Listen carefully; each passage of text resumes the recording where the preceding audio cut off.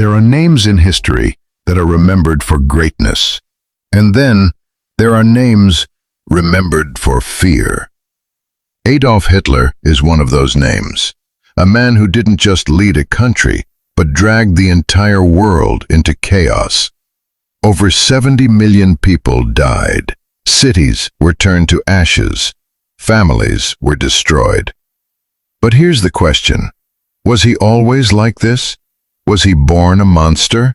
Or did the world create him? To understand the end, we must go back to the beginning. Adolf Hitler was born on April 20th, 1889, in a small town in Austria. His father was strict, controlling, often violent, a man who demanded obedience.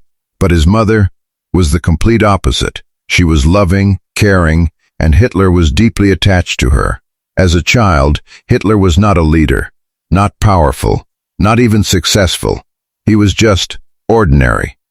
But inside him, there was already a growing conflict, a desire to escape, to become something more.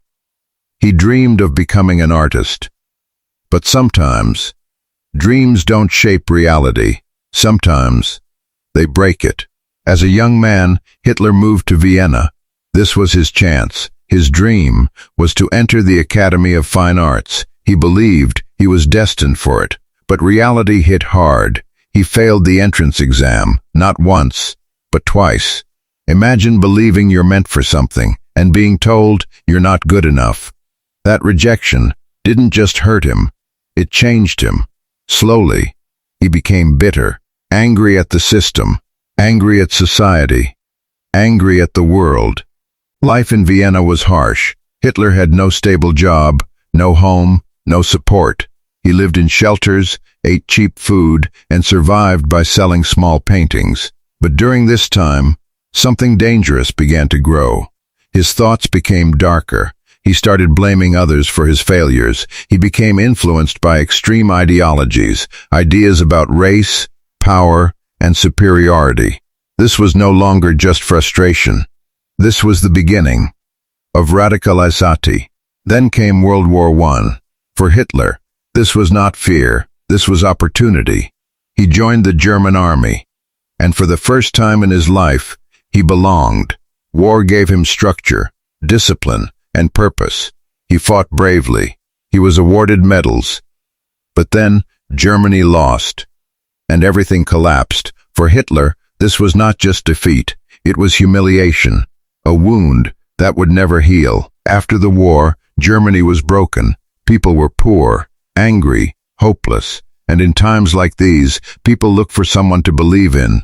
Hitler found his weapon, not guns, not money, but words. He joined a small political party, and soon his speeches started attracting attention. He spoke with passion, with anger, with certainty. People didn't just hear him, they felt him, and slowly he began to. In 1933, Hitler became the leader of Germany. But leadership was not enough. He wanted total control. He removed opposition, silenced critics, and turned democracy into dictatorship. The Nazi regime was born, and with it came fear. Then came the darkest chapter. Hitler began targeting Jewish people, blaming them for everything. Laws were created, rights were taken, and millions were sent to camps. What followed was one of the greatest tragedies in human history. The Holocaust. A reminder of how dangerous hate can become. In 1939, Hitler started World War II. At first, he was unstoppable. Country after country fell. His empire expanded rapidly. But then, he made critical mistakes. He fought too many enemies, and slowly, the tide turned. By 1945, everything was collapsing. Berlin was surrounded. His army was defeated. His empire gone. The man who once controlled millions now had nothing left. In a bunker, hidden beneath the city, Hitler made his final choice. He ended his life. And with that, his story ended. But history never forgets.